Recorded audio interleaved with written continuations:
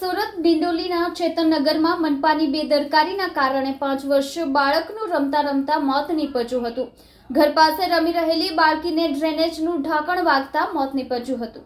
સુરત મનપાની ગંભીર બેદરકારીના કારણે 5 વર્ષની બાળકીનો ભોગ લેવાયો છે. ડિંડોલી ચેતનાનગર ખાતે ડ્રેનેજ લાઇનનું કામ ચાલતા ગટરના ઢાંકણાઓ ખુલ્લા મૂકવામાં આવ્યા હતા, જ્યાં બાળકો રમી રહ્યા હતા. રમતા રમતા એક જ ઘરની 2 દીકરીઓ ઉપર આ ગટરનું ઢાંકણું પડી જતા 2 વર્ષની દીકરી તો નીકળી ગઈ, પણ 5 વર્ષની ભાગ્યશ્રીનું માથાના ભાગે ગટરનું ઢાંકણું વાગી જતા મોત નીપજ્યું હતું. બાળકીને બચાવવા માટે વ્યક્તિએ પણ પ્રયત્નો કર્યો હતો, પણ તે વ્યક્તિને પણ પગના ભાગમાં ફ્રેક્ચર આવ્યું હતું. ઘટનાની જાણ થતાં જ બાળકીને તાત્કાલિક ધોરણે પરિવાર દ્વારા ખાનગી હોસ્પિટલ લઈ જવામાં આવી હતી. ત્યારબાદ બાળકીને સિવિલ હોસ્પિટલ લાવવામાં આવી હતી, જ્યાં ફરજ પરના હાજર તબીબે બાળકીને મૃત જાહેર કરી હતી. હાલ ડિંડોલી પોલીસ દ્વારા સમગ્ર મામલે વધુ તપાસ હાથ ધરવામાં આવી છે. ઓટો રિક્ષા ચલાવીને પોતાનું ગુજરાન ચલાવનાર બાપની આજે એક દીકરી સુરત મહાનગરપાલિકાની ગંભીર બેદરકારીના કારણે ગુમાવવાનો વારો આવ્યો છે. ડિંડોલી પોલીસ સ્ટેશન વિસ્તારમાં ચેતનનગર સોસાયટી છે. આ સોસાયટીમાં એક નાની દીકરી ગઈકાલે સાંજના રમતા રમતા પોતાના ઘરથી 25-30 ફૂટના અંતરે આવી હતી. આ રમતા રમતા એના ઉપર એક ગટરનું ઢાંકણું પડ્યું હતું. આ જે ગટરનું ઢાંકણું છે એ ખુલ્લી મતલબ એ ત્યાં બહુ બધા ગટરના ઢાંકણા મૂકવામાં આવ્યા હતા, એટલે જે કોઈ સાઇટ ચાલતી હશે એનામાં મૂકવા માટે મૂક્યા હોય એવું અત્યારે જણાઈ આવે છે. ત્યાં કોઈ ખુલ્લી ગટર હોવાનું અત્યારે જણાયું નથી, તે છતાં અમે તપાસ કરી રહ્યા છીએ.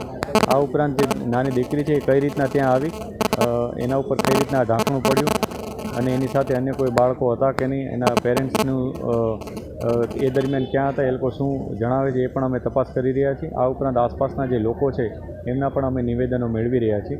જે પણ ઘટના હકીકત સામે આવશે, જે પણ એવિડન્સ મળશે એ મુજબ અમે આગળની કાર્યવાહી કરીશું. કોની બેદરકારી લાગી રહી? અત્યારે તો જે ઘટના બની છે એમાં દીકરીને ઉપર મતલબ જે ઊભા ઢાંકણા હતા એમાંથી એક ઢાંકણું પડ્યું હતું.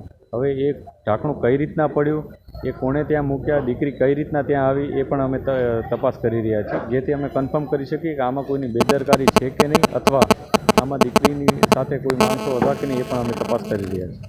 मेरा नाम जय संतोष डोली से, मेरा रहने का नवा गाँव डिंडोली चेतन नगर में. मेरे घर के पास एसएमसी का काम चल रहा है. मैं एक फेरे पे गया था सर. मेरे पेशेंट को फोन आया कि तेरी लड़की का ऐसा ऐसा ऐसा हुआ है.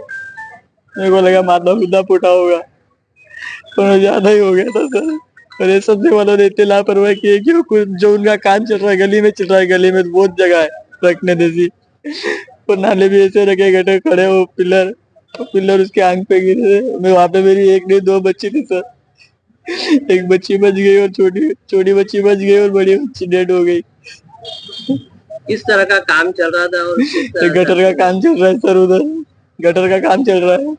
आपकी लड़की वहाँ कैसे क्या पहुंच गई? सर वहाँ खेलने पहुंच गई. मेरा घर ही उधर है सर, रोड पे ही है.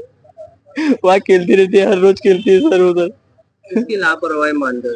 ये सबसे की लापरवाही है. कितने साल की बच्ची तो? मेरी 5 साल की लड़की है और एक भाग्यश्री नाम है उसका. अभी आपकी क्या मांग? मेरी को नहीं चाहिए.